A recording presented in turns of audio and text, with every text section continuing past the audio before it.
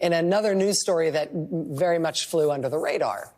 This weekend, Pope Francis, the head of the Catholic Church, took the very unusual step of removing an American Catholic bishop from his job.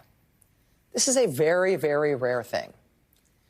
And the context here matters. You might remember that just before the January 6th attack on Congress, like 3 weeks before that, in mid-December 2020, there was another day of crazy right-wing pro-Trump violence in the streets of Washington, D.C. Do you remember this? December 12th, 2020. A number of people were stabbed. There were brawls in the streets of Washington, running fistfights and battles. This was the day when a Black Lives Matter banner was stolen and burned from a D.C. church. The largest event in D.C. that the pro-Trump forces had organized on this day that devolved into violence and running street battles, the largest event pro-Trump forces had organized that day was something called the Jericho March. This was a Mike Flynn thing. This is where Stuart Rhodes, the leader of the pro-Trump right-wing paramilitary group, the Oath Keepers, who's now in jail on sedition charges. This is where Stuart Rhodes at this event called for Trump to invoke the Insurrection Act, to use the military in American streets to keep Trump in power. This Jericho March was the thing that was timed in Washington to coincide with overturn the election rallies that happened at multiple state capitals all at the same time.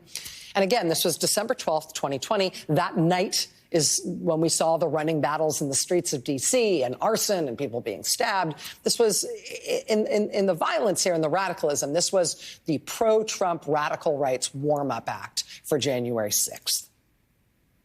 And that event, the Jericho March, the headline event of that day, included an address, a speech from a sitting Catholic bishop, from Bishop Joseph Strickland from the Diocese of Tyler, Texas. A serving bishop speaking at an event that was calling for the overthrow of the U.S. government, calling for the overthrow of the U.S. election results, including by the use of the army, the U.S. military, against U.S. citizens on U.S. soil.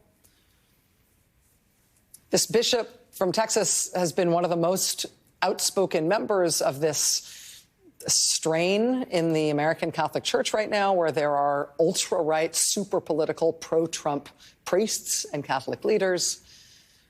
And, you know, that's not that weird. A lot of organizations have lots of ideological diversity. It's not that crazy to expect that you'd see it in the church. You know, it's not more crazy than seeing it in any other institution. But the Catholic Church is an institution. And among ultra-right Catholic priests right now, things have been kind of bananas. We've got, for example, one ultra-right priest in the state of Wisconsin calling for Pope Francis to be assassinated, calling for the Pope to be murdered. And we've got this bishop in Texas campaigning at a Stop the Steal, Overthrow the Government by Force event. And so this weekend, again, a little bit under the radar given everything else going on in the news, but the Catholic Church, the Pope, this weekend removed this U.S. Catholic bishop in Texas. That happened this weekend. And you see this in history, too. In the 1930s, it was a Catholic priest named Father Charles Coughlin. He had a massive radio audience, 30 million people listening to him weekly at a time when the U.S. population was 130 million people. He became a hugely important figure on the American ultra-right. By 1936, he was telling his listeners that when the ballot became useless in the United States, he would urge them to use bullets instead. He openly endorsed what he called the road of fascism. By 1938, Coughlin was defending pogroms and Nazi mass violence against Jewish people in Germany. By 1939, Coughlin was depicting Jews as a life-sucking octopus that was strangling the United States.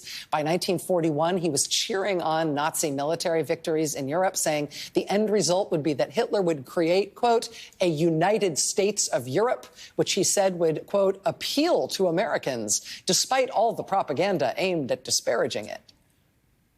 And so, therefore, Americans should root for Hitler to win.